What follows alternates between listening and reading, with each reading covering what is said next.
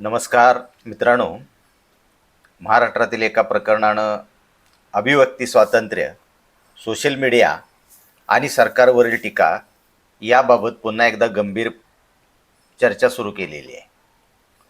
मुख्यमंत्री देवेंद्र फडणवीस यांच्या विरोधात सोशल मीडियावर आक्षेपार्ह पोस्ट केल्याचा आरोप असलेले महादेव विलास बालुगडे यांना अतिरिक्त सत्र न्यायाधीश बी डी कुलकर्णी यांनी नियमित जामीन मंजूर केलेला आहे. या प्रकरणात आरोपी विरोधात भारतीय न्याय संहिता कलम 152 सह इतर विविध कलमाखाली गुन्हा दाखल करण्यात आलेला आहे.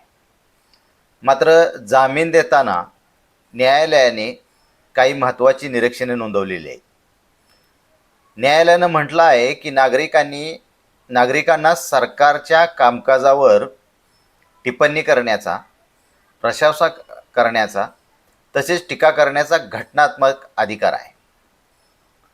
आरोपीने केलेल्या सोशल मीडिया पोस्टने परीक्षण केल्यानंतर त्यामध्ये भारताची सार्वभौमता, एकता आणि अखंडता धोक्यात आणण्याचा अथवा राज्याविरुद्ध युद्ध पुकारण्याचा हेतू प्रथमदर्शनी दिसून येत नाही.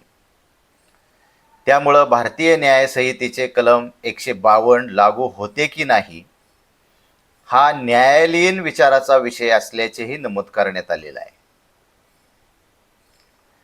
याशिवाय तपास पूर्ण झाला असून आरोपपत्र दाखल करण्यात आलेलं आहे. आरोपी 23 एप्रिल 2026 पासून न्यायालयीन कोठडीमध्ये होता आणि त्याच्याकडून आणखी कोणतीही वसुली बाकी नसल्याचे, त्याला पुढे कोठडीत ठेवण्याची आवश्यकता नसल्याचे न्यायालयाने स्पष्ट केलेलं आहे. मित्रांनो, या प्रकरणामुळे एक मोठा प्रश्न समोर आला आहे. सरकारवर टीका करणं आणि देशविरोधी कृत्य करणं या दोन वेगळ्या गोष्टी आहेत. लोकशाही व्यवस्थेमध्ये सरकारची स्तुती करण्याचा जसा अधिकार आहे तसा सरकारच्या निर्णयावर प्रश्न उपस्थित करण्याचा आणि टीका करण्याचाही अधिकार नागरिकांना आहे. अनेकांच्या मनात आज प्रश्न निर्माण होत आहेत की सोशल मीडियावरील पोस्ट, भाष्य किंवा मत व्यक्त केल्यामुळं एखाद्या व्यक्तीला दीर्घकाळ तुरुंगात राहावं लागणे योग्य आहे का?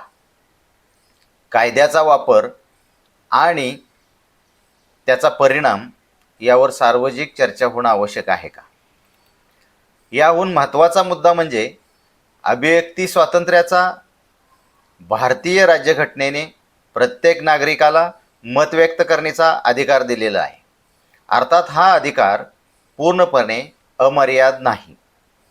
कायद्याने घालून दिलेल्या मर्यादा आहेत, परंतु सरकारवरील टीका आणि राष्ट्रविरोधी कृती यामधील सीमा नेमके कुठे आहे हा प्रश्न प्रत्येक अशा प्रकरणात उपस्थित होतो. या घटनेची व्यापक चर्चा मुख्य प्रवाहातील माध्यमांमध्ये तुलनेने कमी प्रमाणात झाल्याची टीकाही काही जण करत आहेत. त्यामुळं सोशल मीडिया, स्वतंत्र पत्रकारिता आणि लोकशाहीतील माध्यमांची भूमिका यावरही प्रश्न उपस्थित होत आहेत. लोकशाहीची खरी ताकद ही टीका ऐकण्यामध्ये असते, टीका दाबण्यात नाही, असे अनेक राजकीय विश्लेषकांचे मत आहे. सरकार कोणतेही असो, सत्ताधाऱ्यांना प्रश्न विचारणं आणि उत्तराची अपेक्षा ठेवणं हा नागरिकांचा अधिकार आहे. तुम्हाला काय वाटतं? सरकारवरील कठोर टीका आणि कायद्याचा गैरवापर यामध्ये संतुलन कसं राखलं पाहिजे? अभिव्यक्ती स्वातंत्र्याच्या मर्यादा काय असाव्यात? तुमचं मत कमेंटमध्ये नक्की लिहा.